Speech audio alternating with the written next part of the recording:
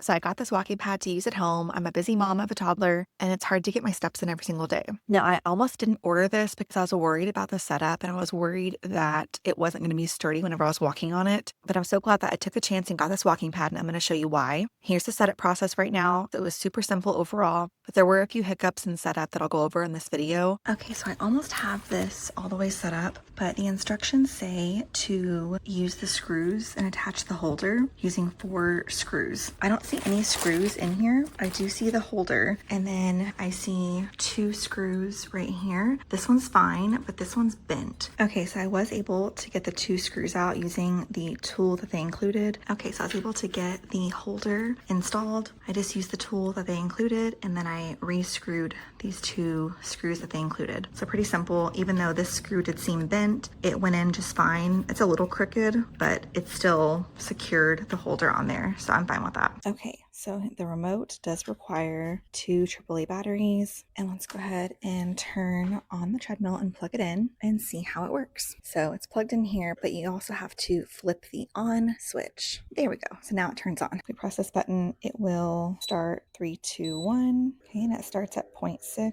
like the directions say, and then you just use the plus and minus to go up in speed or down in speed, and then to stop, it slows down and it's paused, which is nice. So if you were going to pause and go do something, you could come back and it'll resume, I think, where you were before. Yeah, so the time just resumes. So that's a nice feature. So you don't lose your progress if you go to the bathroom or something. You can pause and then come back. Yeah, it seems pretty easy. Has error codes to go through if you have any errors. Before I forget, they included the oil, which I'm not really sure how to use that. I'll have to read the manual and see how to use the oil. And then these little risers to incline the walking pad. Okay, so here's the spacer. I'm trying to put this in and figure it out. So it looks like it goes in like this, and you just lift and then put it on almost like a shoe. Just having a hard time getting it on. So I think it just goes on like this. So it doesn't actually fit like all the way in. You can use it flat and have this red part all the way in, or you can push it out and then just set it inside here. So it doesn't go all the way in there. It's where you can see the red part sticking into this riser, which I guess makes sense because then it's actually raised off the carpet